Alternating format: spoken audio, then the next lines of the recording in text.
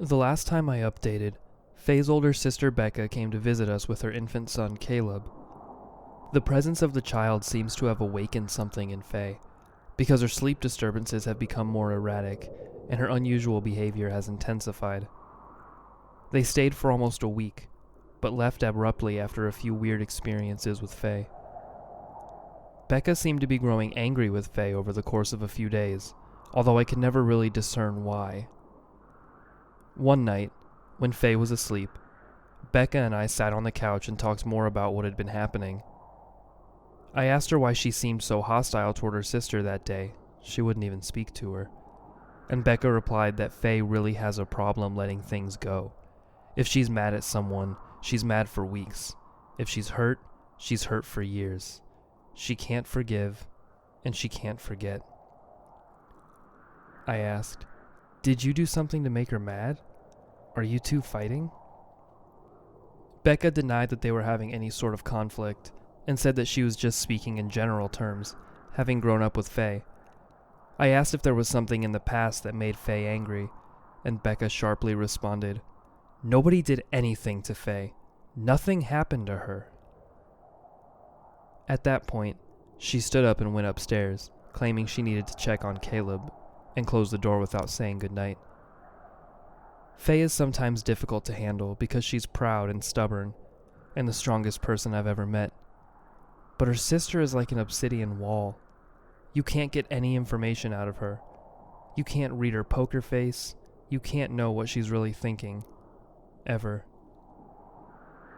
But I know that she knows something, and maybe I can't get it out of her, but I figured I'd be able to get it out of her mom. Becca and Faye's mom, Laura, agreed to a Skype chat with me this week. This time, I'm going for the throat. I successfully removed all the vomit stains from the house, so Faye isn't talking to them in the dark anymore. But she's still getting worse. I feel like she's slipping away.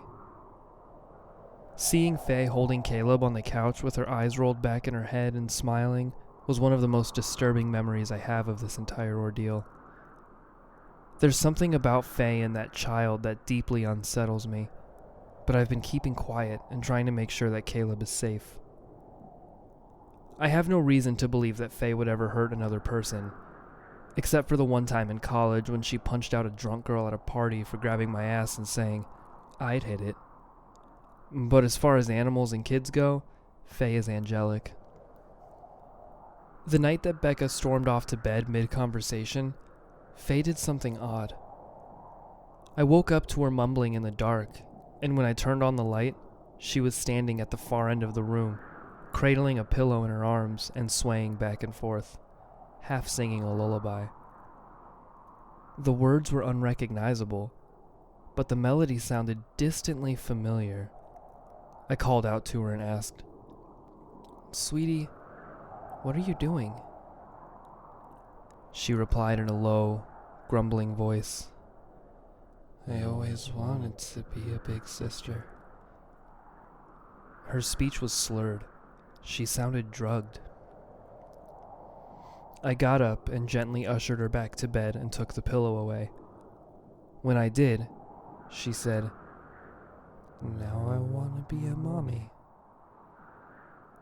I rubbed her neck and assured her that I do want to start a family with her someday, and that she would be a great mom. She then mumbled, "He's a little corpse."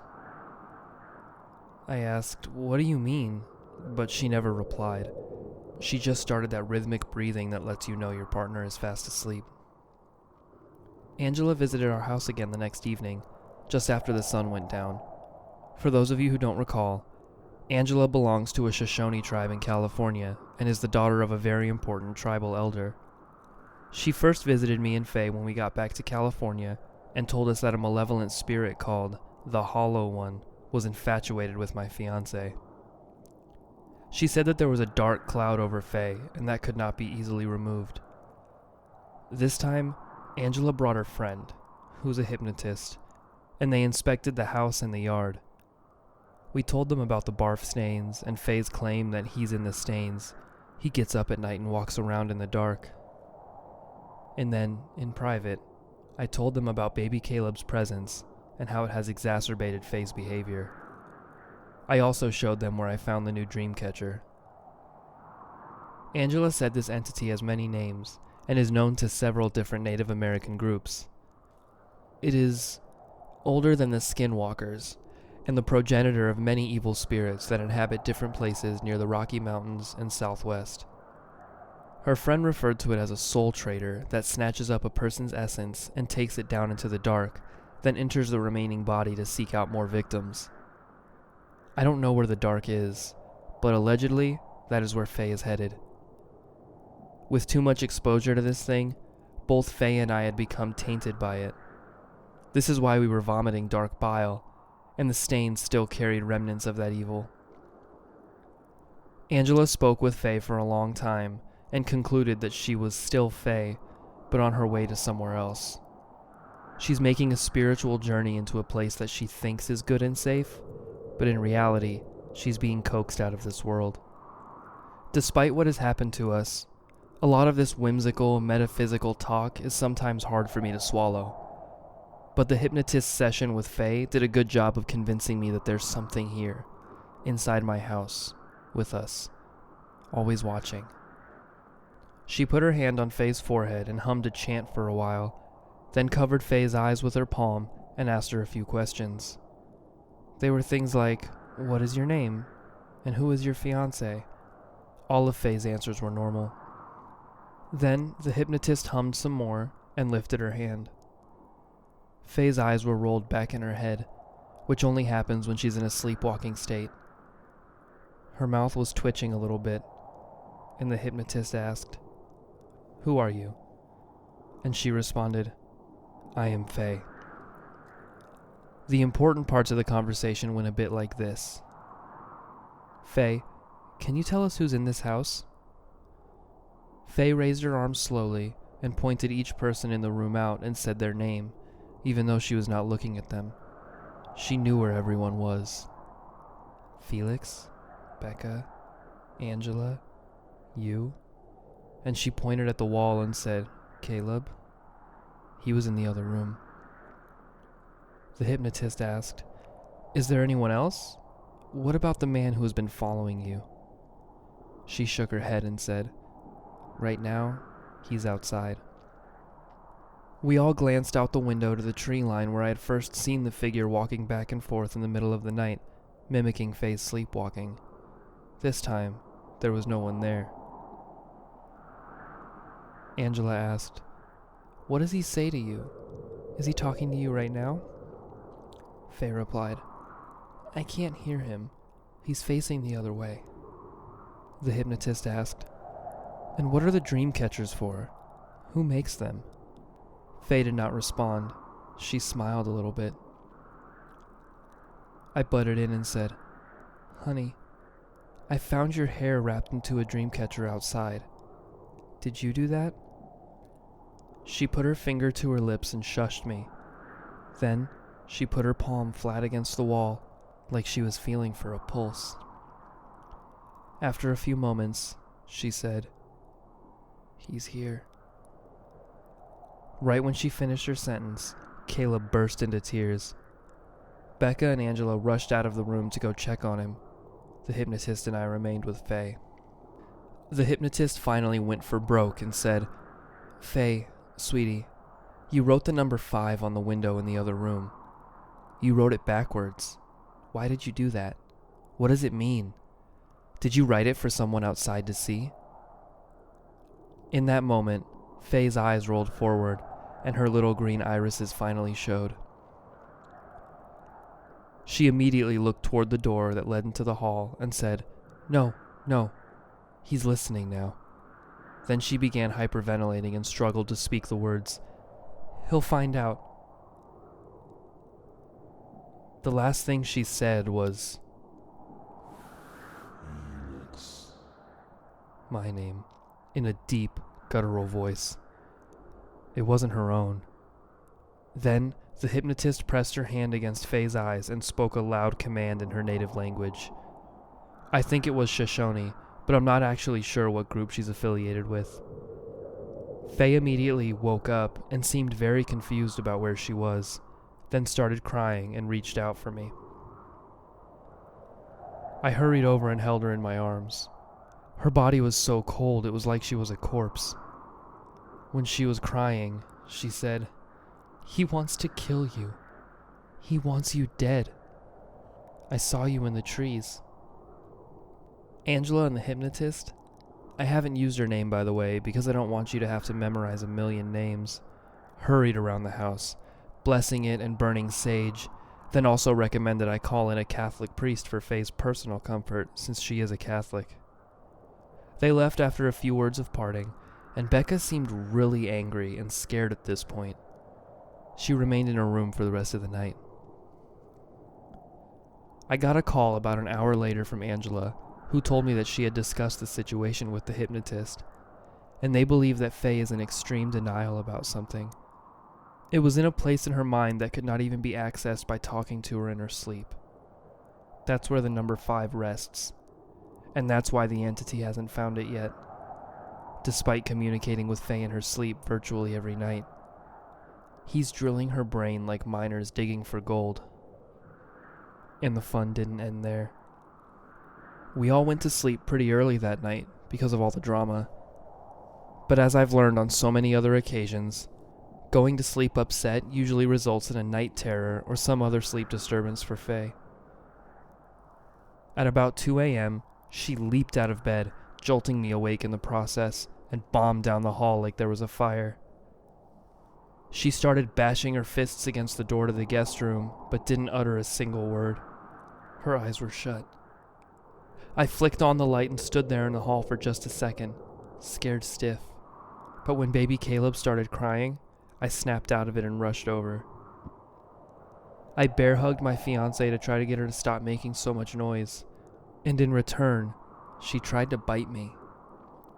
Faye has never been violent toward me in her life, even in her sleep.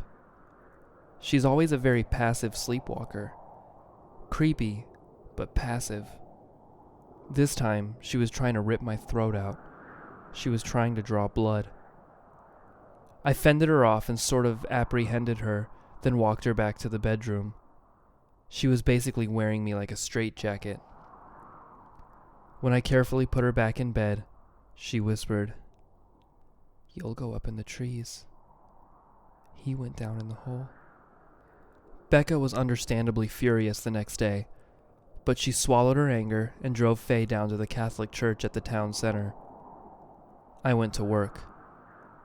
Apparently, they finally got one of the priests to agree to visit, next week, to bless the house. They explained that this wouldn't be enough, so he said he'd speak with the bishop of his diocese. That could take a while. That evening, Becca informed me that she had changed her flight, and she now intended to leave in 2 days. I begged her to set aside her differences with Faye and try to get through to her. I said Faye needs her big sister right now, but Becca wouldn't budge. She seems to be holding a monolithic grudge about something neither of them will tell me. I ordered pizza, Faye's favorite, in a lame attempt at lightening the mood around the house, but the two would only have casual, light conversation with each other, and the tension in the house was so thick I could feel it in my stomach. Faye and I retired to our own room early and watched Game of Thrones in bed. We always recorded on Sunday because Faye's at work, and we watch it during the week. I asked her if she remembered telling me that the imposter wanted me dead, or that I was going to be put up in the trees. She said she did not recall saying any of that, but that she did have a dream about seeing me impaled on a tree branch high up in the air. She said my skin and hair were missing. Faye fell asleep pretty quickly, but I couldn't sleep at all. I remembered that Nathan, T-Way's son, had left me a voicemail a few days prior, and I had forgotten to call him back. So I grabbed my phone and went downstairs. The house was quiet. Becca and Caleb were already asleep upstairs. I turned the TV on low to mask my conversation with Nathan. It was midnight in Colorado, but he answered the phone and asked me how everything was going. I told him everything. Nathan had a lot to say. He apologized for making me and Faye sick, but said that a simple purging process was a very common treatment for many physical and spiritual maladies in his tribe. However, by my description of the barf stain events, it obviously did not work, and we were still under the influence of the imposter. He said if we come back to Colorado, he would bring us to the elders of his community and request that they perform a more serious healing ritual. I told him that would be Faye's call entirely, but I doubt she would go, or that the imposter would let her. Last month, when I was in the cabin by myself, there was a blizzard that shut down the only road down the mountain. The ranger couldn't come up to check on me, but T-Way and Nathan, being the badass gentlemen that they are, actually hiked up the mountain through the snow and checked up on me. You can read that story at the bottom of this post if you haven't. But basically, on their hike back down, they heard Faye's voice calling out to them from inside one of the abandoned mines on Pikes Peak. T-Way went to investigate and was dragged into the dark by an unseen creature or animal. Nathan eventually found him dead, and parts of his skin had been flayed. The reason that I hadn't been able to get a hold of Nathan for several days was because he and a group of men from his community went back to Pikes Peak to investigate the circumstances of his father's death and to explore the cabin. They camped for a few nights and even spent one night in the woods next to the cabin. Nathan heard T-Way's voice, calling out for help over and over, crying and speaking Nathan's name. However, occasionally, the voice would cry out in Zuni, which is a language that some Pueblo tribes speak, but their tribe does not. They speak Hopi. So Nathan was fairly certain that this was not, in fact, his father. They also heard children weeping in the forest. One of Nathan's friends left the tents to take a piss, and he claims he saw a naked child with grayish skin standing over a dozen yards off, facing away, looking up at the trees. He looked like a stiff corpse, and was standing high up on the balls of his feet. The sight apparently scared Nathan's friend so bad, he took off, grabbed his things, and went to hike back down the mountain. In the dark, in the cold, by himself. Nathan and the others tried to stop him, but it was too dangerous to go after him. They haven't seen him since. Nathan told me that he had recurring dreams of a child while on the mountain. Of a child and of Faye. He said to me, "Tell me about the child, Felix." During our conversation, I had been standing in the living room, facing the sliding glass door, looking out into the backyard. Right when Nathan said, "Tell me about the child," I saw a large shadow move behind the orange tree outside.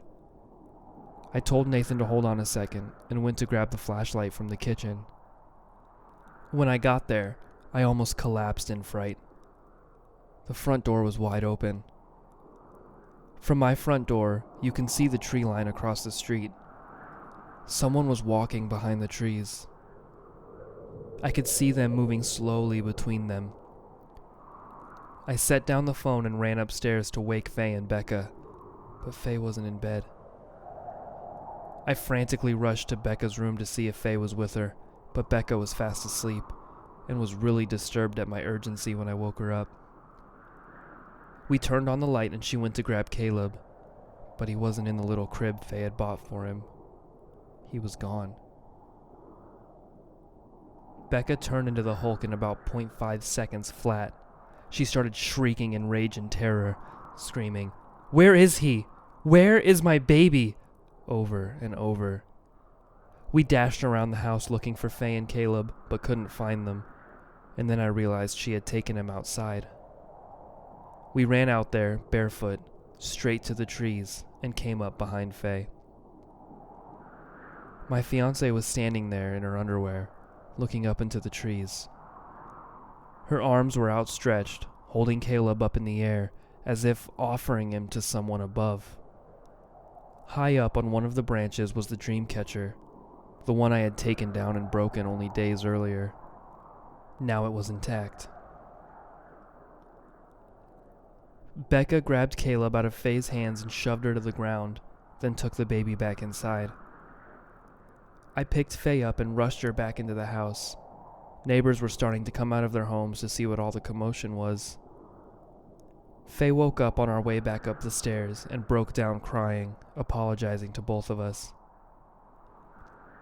Becca packed all of her things and stormed out of the house, grabbing Faye's car keys, and drove off. The police showed up within a few minutes, and I had to explain to them that the sisters had a big fight that got taken outside. I said that Faye was drunk, so she took it a bit far and ran off across the street. Thankfully, nobody saw the baby, so I didn't get arrested for child endangerment. What else could I have said? They'd never have believed me if I told them the truth. They checked Faye out to make sure she hadn't gotten beaten up, and asked her repeatedly if I was treating her all right. Then, they left. Becca drove straight to the airport. Faye and I had to go pick up the car the next day. I've got a Skype chat scheduled with Faye's mom tomorrow. Becca texted me and said, "Ask her about 5. She knows." If I get the answer out of her, I'll post a brief update here, but I won't make another post for a while. I'm sorry. Thank you for all the support over the past month. Now I need to try to put all the broken pieces of my home life back together.